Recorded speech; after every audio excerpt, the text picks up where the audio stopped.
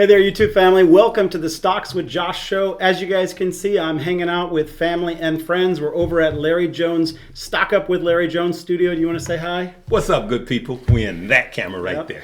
And I have a special guest that I am excited to share this story that he's going to share with you guys. And then I'm going to react to it and Larry's going to react to it. And I believe that it's going to help you guys make much better investments. And so I'm just going to introduce him. This is actually my brother-in-law, Mika Yuria.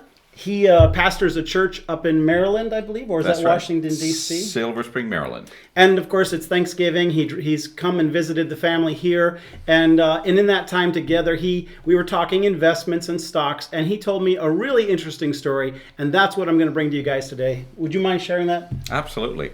It was, I think it was when I was 16, I had a great summer job, and I had amassed some savings that I didn't really know what to use it for. And the friends at the schoolyard, I had gone into a very elite school, not because of my own, because I had gone to a poor school, but I was the best at that school. So I had gotten into a very elite school, and all these kids were bankers' kids or lawyers' kids, and they knew something about finances. And so the talk at the ninth grade actually was probably a 10th grade at that point. That was just that there's this one company that, we should really be buying into. And I said, well, I have 500, euros. I could use that. And so I walked to the bank. Back in those days, you actually had handheld coupons that you had to have when you bought stocks. And so I went and I bought the stocks for this company, and I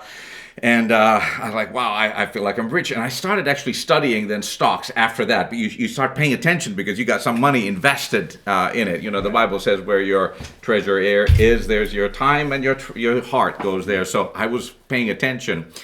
That fall, the CEO of this company committed suicide.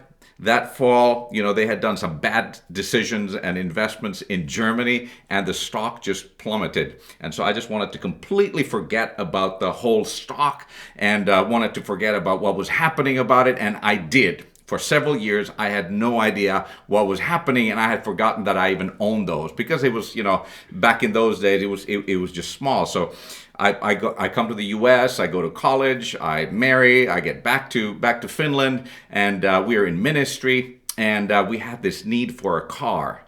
And all of a sudden, in the mailbox, there's this letter that comes in that, hey, we're transferring all these coupon stocks into an electronic form, and so you need to come and to the bank and resolve this so that we can make sure that you have electronically. So I go to the bank, and I found out that the stock that I had bought was a company named Nokia.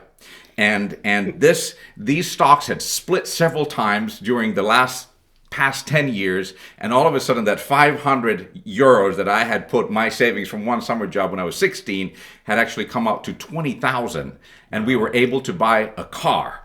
And that was like the greatest blessings for us. Now, of course, the other part of the story is if I had waited another 10 years, it would have been about $200,000, and that would have been a house, that we bought. So I think that it's not about timing, but it is about time. You reap what you sow.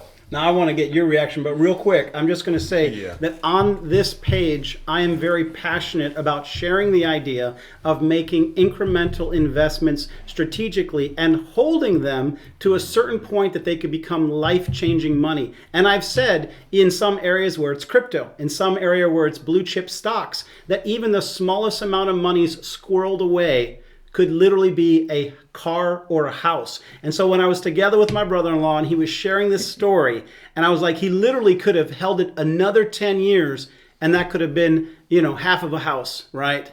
And that is the power of investing. I love that story. Mika, thank you for sharing it and sharing it so well. My man, what do you think about that? Because you are the one who talks the most about generational wealth. If you want to create generational wealth, you got to be willing to hold a equity or stock or a crypto, but let's say with stocks right now, for a generation.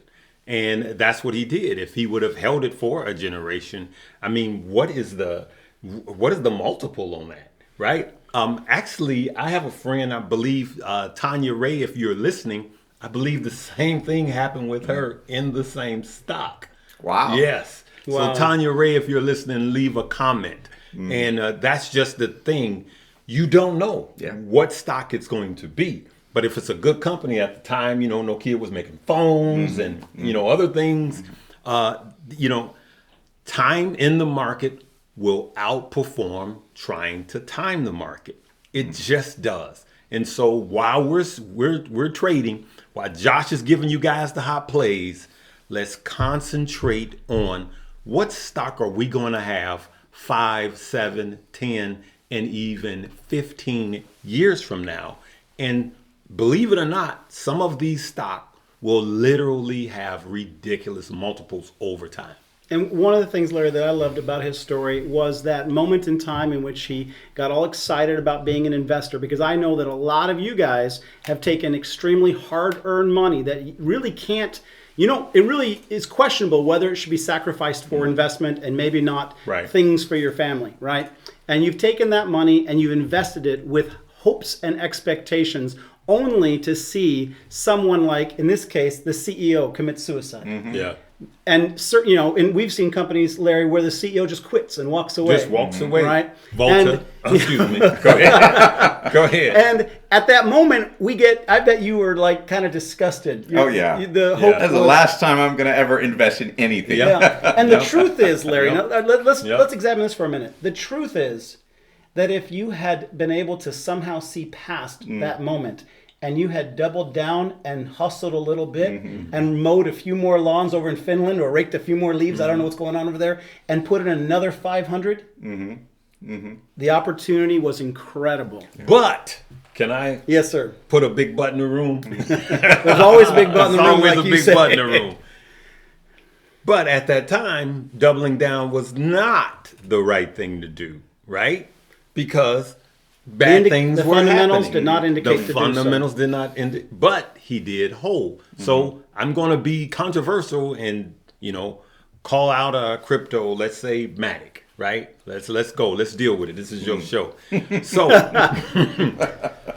you guys know that You don't I want to do stopped. Solana? You want to do Yeah, Matic? I'm gonna do Matic. Okay, Matic. You could do Solana, but I want to do Matic. I tell ahead, you what, go ahead, you go do ahead. Solana, I'll do Matic. All How's right, that? go ahead.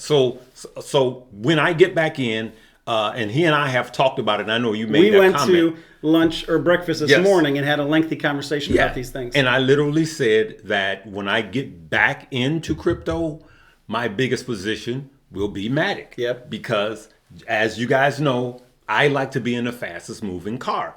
Now, I know it's down. Excuse me, I gotta drink this. Go ahead. Well, I'm only going to say that when it comes to making these types of moves from one crypto to the other, I want people to feel, or stock. I don't want you to, sometimes the solution is to unload a position. Right. Take that money and put it into a different story. Yeah. Now, if you unload that position and then you think, I'll wait for something to happen down the road to get back in, Right. then you really may be locking in a loss. Yes. Okay. But if you take that position and you transfer it to a faster moving company, that may be the best thing you could do. I'm glad you said that because I did sell some crypto and move it over to, and I showed Yeah, it we to talked you, about it. to Matic. And actually, Matic actually went up after I did that. So what I'm saying is I still have some Matic. And I'm just going to wait, and I'm going to wait it out because I feel safer holding some Matic, right? I don't have anything on any platforms. Remember, like I told you guys, own your keys, own your crypto. But I plan on buying more when the tree gets through shaking. For those of you that are in the Midwest, it's fall. You see the leaves are changing colors and they're just falling. That's what's happening in crypto. That video you played on Kevin O'Leary, pow, you knocked the ball right out of the park. What he said was absolutely true. And when all of this is over, down the road, I believe that, especially in crypto, there will be a lot of stories like this. But you got to be very selective.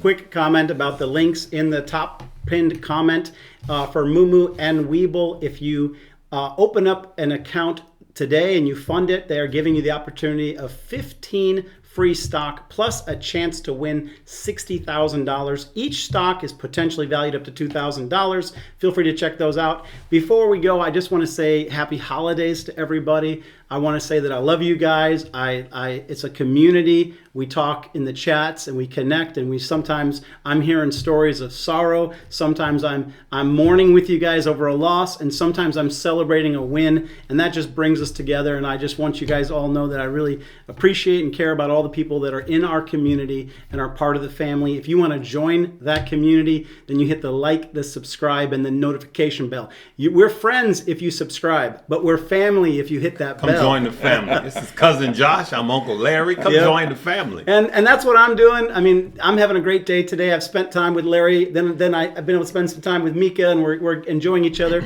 Before we trail off, because this is a nationwide show and we've got listeners everywhere, Mika, I wanted you to share about the church you're pastoring really briefly, where it's at, because some folks might come by. Yeah, welcome to Silver Spring, Maryland, Living Word International Christian Church. We're a church of nations and generations, so we got all kinds of people, and there's room for you. And you and Rami are the pastors? We're the lead pastors, yes, together with your sister, Rami. Yes. Yep. Thank you for sharing your story. It was inspirational to me. It encourages me in all of my long-term holds that I'm doing what I need to do, and it's life-changing money I'm making. Maybe I won't even spend that money, Larry, but maybe one of my kids will. Mm-hmm. But someone's getting a house and someone's getting a car. Well, just want to say we love you, Larry. Will you inside on? I choked on some bacon because we just had breakfast. And hey, I want to thank your guest, your brother-in-law. We family, I call him brother. This is my brother-in-law too, the man with the radio voice. That's it, man. That's it. Well, hey, peace and blessings to you this holiday season. Thank you. Thank you. Hey, have a wonderful and safe holiday.